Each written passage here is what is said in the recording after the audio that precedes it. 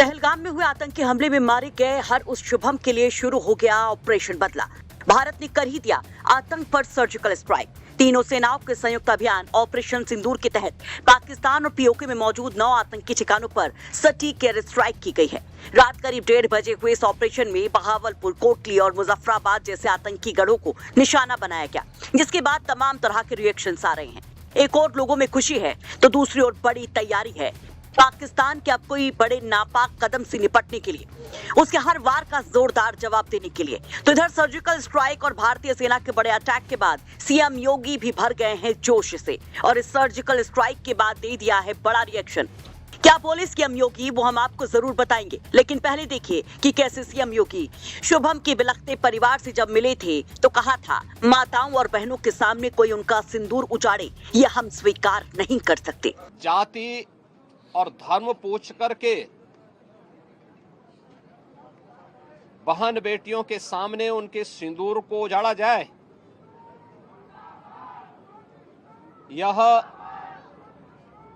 कोई सभ्य समाज स्वीकार नहीं कर सकता। और खास तौर पर भारत के अंदर यह कतई स्वीकार्य नहीं है।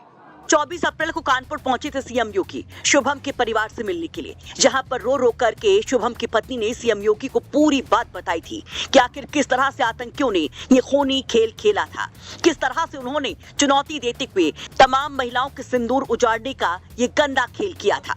और इसके 15 दिन के अंदर ही हो गया बड़ा हमला ऑपरेशन सिंदूर के तौर पर पाकिस्तान को मुंहतोड़ जवाब देने के लिए, बदला लेने के लिए, जिस पर सीएम योगी ने जो कहा अब वो देख लीजिए। उसके बाद देखिएगा ऑपरेशन सिंदूर के बाद यूपी में क्या है तैयारी। योगी ने एक्सपर्ट ऑपरेशन सिंदूर की तस्वीर को शेयर करते हुए लिखा, जय हिंद की सेना। ये संकेत काफी है।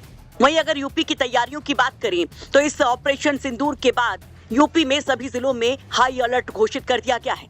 आज सभी जिलों में मॉक ड्रिल भी करवाई जाएगी। मॉक ड्रिल में हवाई हमले की चेतावनी देने वाले सायरन की टेस्टिंग, क्रैश ब्लैकआउट एक्सरसाइज, नागरिकों को सुरक्षित निकालने के लिए रिहर्सल और आपात स्थिति के दौरान सुरक्षा उपायों में आम जनता को ट्रेनिंग देना शामिल है।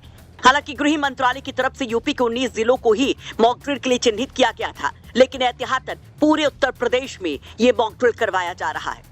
जिस 19 जिलों की पहचान गृह मंत्रालय की तरफ से की गई थी उन्हें 3 कैटेगरी में बांटा गया। ए श्रेणी में 1 जिला है, बी श्रेणी में 2 जिले हैं, सी श्रेणी में 2 जिले हैं, बी श्रेणी में बाकी के जिले हैं। यहाँ की संवेदनशीलता को मद्देनजर रखते हुए शासन यहाँ पर सभी जिलों में सिविल प्रशासन, पुलिस प्रशासन, फायर ब्रिगेड, आपदा प्रतिक्रिया बल के साथ यहाँ पर मॉक ड्रिल करेगी, ताकि अगर कहीं कोई ऐसी स्थिति आती है, युद्ध जैसे हालात बनते हैं, तो सभी चीजों से निपटा जा सके।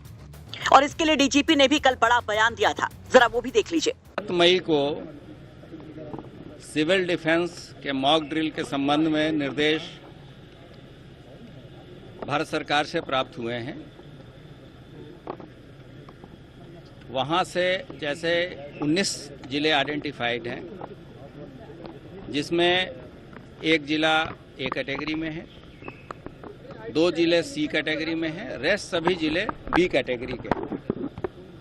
लेकिन यहाँ की संवेदनशीलता को मद्देनजर रखते हुए शासन द्वारा ये निर्देश दिए गए हैं कि सभी जिलों में और जितने भी हमारे वर्टिकल्स हैं, जैसे सिविल एडमिनिस्ट्रेशन है, पुलिस एडमिनिस्ट्रेशन है, फायर सर्विसेज हैं, डिजास्टर रिस्पांस फोर्स है, सभी के साथ मिलके ये मॉक ड्रिल और प्रिपेयर्डनेस रखा जाए, ताकि आकस्मिकता की स्थिति में हम लोग इन चीजों से निपट सकें। यानी कि कुल मिलाकर पूरी तरीके से देश तैयार है, उत्तर प्रदेश तैयार है। ब्यूरो रिपोर्ट, यूपी तक।